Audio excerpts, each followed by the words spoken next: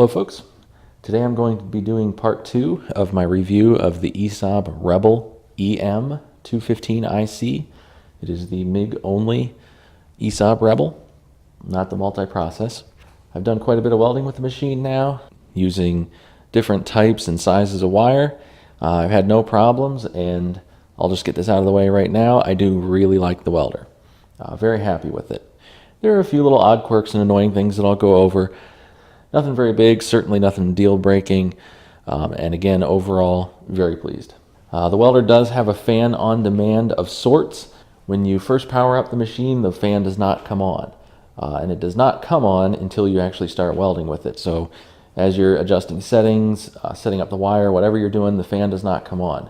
As soon as you start welding and it detects that arc, the fan turns on, and it will run continuously while you weld, and it does run at full speed all the time. And that is the first kind of annoying thing. The fan is a little bit loud, a little bit high-pitched. Not too bad, maybe it's just me, but as with pretty much all welders, when I'm in a shop, I'm working on something, I'm doing projects, my mind's on other things, I don't really notice the fan all that much. But as soon as I kind of come out of that mode, I stop working on a project, something else distracts me, I suddenly become very aware of the fan, and this welder was definitely one of those ones that you want the fan to turn off. It's not horribly obnoxious, but it is a little bit more annoying than some other fans. Now the fan is not temperature controlled, but it will shut off eventually, and it's on a timer. So you weld, you stop for a little bit, you weld, you stop for a little bit. It's pretty much going to be running continuously. But if you stop for more than about 5 minutes or so, the fan will shut off and will stay off until you start welding again. So that's how the fan works. And you will be able to hear the fan in the welding shots in the background, so you'll be able to get at least a general idea of how it sounds. I generally tend to turn the volume down quite a bit on the welding shots so the arc isn't too loud for someone who's wearing headphones or something like that, but you'll get an idea. The SMIG mode, the synergic settings, seem to work pretty well. I found I was able to put it in the SMIG mode, and then I could use this to just dial the heat up and down very easily as needed. And it responded very well to the changes, and it ran very smooth for pretty much all of the testing I did. I did notice that if you make a big change like changing the wire size, switching from 240 to 120 volt input or something like that, when you first start welding with the new settings, it seems to run just a little bit harsher than it usually does, but just after a very short amount of welding, it smooths right back out, and it just runs just buttery smooth. The manual modes work fine too. Again, very easy to adjust, just set the voltage and the wire feed speed, didn't have any issues with that. Everything worked really well. One thing I did note, another one of the little quirks to point out, we do have a separate steel and flux core setting on this knob, and since this is manual mode and you're setting your voltage and wire feed speed yourself, what this setting changes are things like inductance and burn back settings and stuff internal that, since this doesn't have the touch screen where you can change all of that stuff yourself, they just kind of have some preset settings here on this knob. And one of the oddities that I noticed is when this is in the flux core setting, the wire feed will shut off about a half second before the actual main welding output contactor opens. So you get kind of a little bit of a long arc and a little bit of wire burn back every time you stop welding. I never had it cause any problems. The wire never burnt all the way back up into the tip and got stuck or caused any issues like that. Didn't seem to cause any issues, but it was just a weird quirk that I noticed. And if you put this to the steel setting, it doesn't do that at all. And I did actually try welding with flux core in the steel and flux core setting on this, and it actually ran fine on steel. Both self-shielded flux core and dual shield flux core ran fine on the steel setting. I didn't notice any kind of an improvement with dual shield on the flux core setting. With self-shield flux core, it did seem to have just a tiny bit smoother arc in the flux core setting.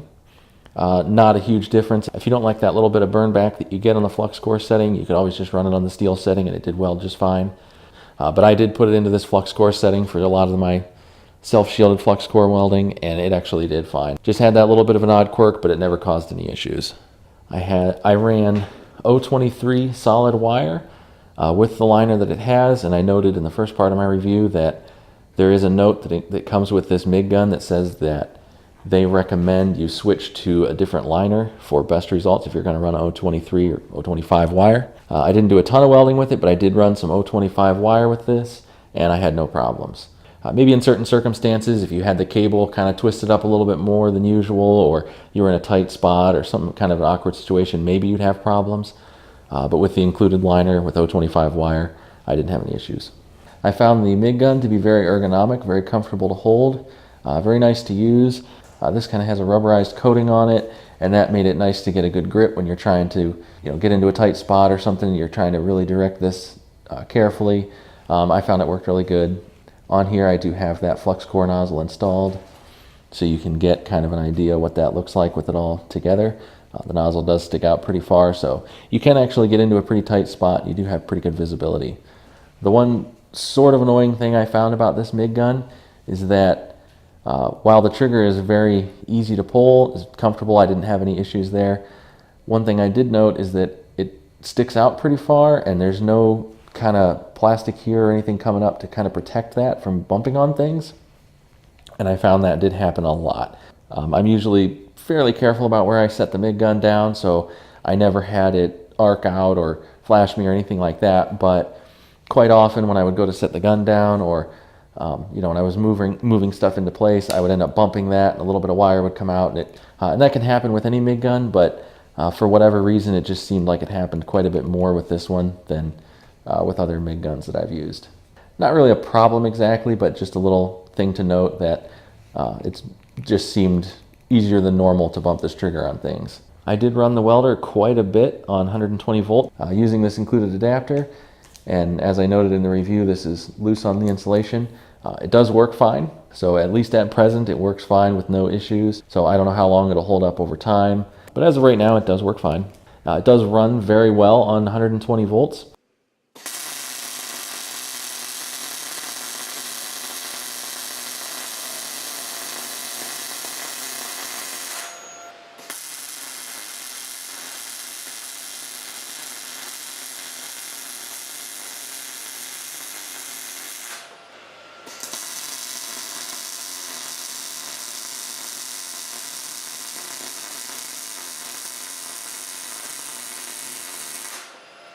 I did quite a bit of welding with this on 120 volts, including building this entire welding cart with it. It's all pretty thin gauge material, so 120 volts was plenty. The welder does limit how high you can turn up the settings on 120 volts, but I found that within that range, it didn't seem like it ran any different on 120 volts as compared to 240. I did weld some 3/16 and 1/4 inch material on 120 volts with the welder pretty much maxed out. I never tripped any breakers or had any kind of issues. The welder ran fine the whole time. Never thermaled out, any kind of issues like that. I did cut and etch some of those welds, and I was using 030 solid wire. In fact, I was using this wire right here. This is the ESAB OK Aristarod 12.5, and this wire does run very nice. I didn't have any issues with it. But the one thing I did find is that it was almost impossible to get a weld to show up when cut and etching. It just seemed like the weld nugget was just the exact same color and contrast as the material around it. So if I held it up to the light just right and held my head just right, I could see the weld, but it's nothing that would show up on camera. So I don't really have any good results of that cut and etching to show you, but I'll say that this welder does have quite a bit of output on 120 volts. If I turned it up as hot as it would let me turn it on 120 volts and really paid attention to my technique, I was actually getting decent tie-in and pretty decent results on 3/16 material. Even on a 1/4 inch material, it wasn't just completely laying on top. There was a little bit of penetration and some tie-in. Still not necessarily recommended to do something that thick on 120 volts with solid wire, but it did pretty good. It does seem like it has quite a bit of power on 120 volt. I also ran some self-shielded flux core on 120 volts.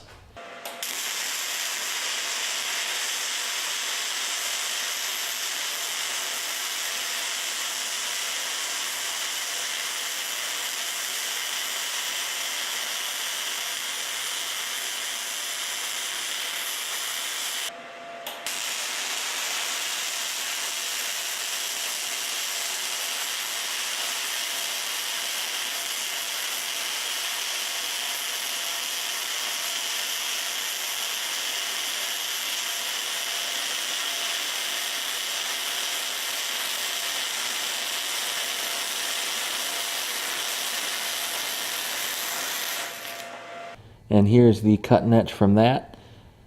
So this is self-shielded flux core wire. It's actually Lincoln NR 211 MP 035 wire, and this is actually 1/4 inch material, 1/4 inch T-joint. Now this isn't super large material, but even still, you can see we actually had very good penetration, tied in all the way to the very toe, and it penetrates very far down into the root. If you kind of follow a line here, you'll see that it is really far down into that root. And on this vertical section, it was really burning in nice. I mean, right up at this, even right up at the toe, tons of penetration here. So self-shielded flux core, you know, this is typical to get more penetration than you will with solid wire. But just to show that even on 120 volts with 035 self-shielded flux core wire, excellent penetration even on this 1/4 inch material. And you can see the weld, just, you know, nice smooth flat profile. You know, it laid in there really nice, ran really smooth. I ran both self-shielded flux core and dual shield flux core, and I used C25 for the shielding gas for the dual shield. Both ran very smooth. This was actually the first time I've ran the dual shield flux core.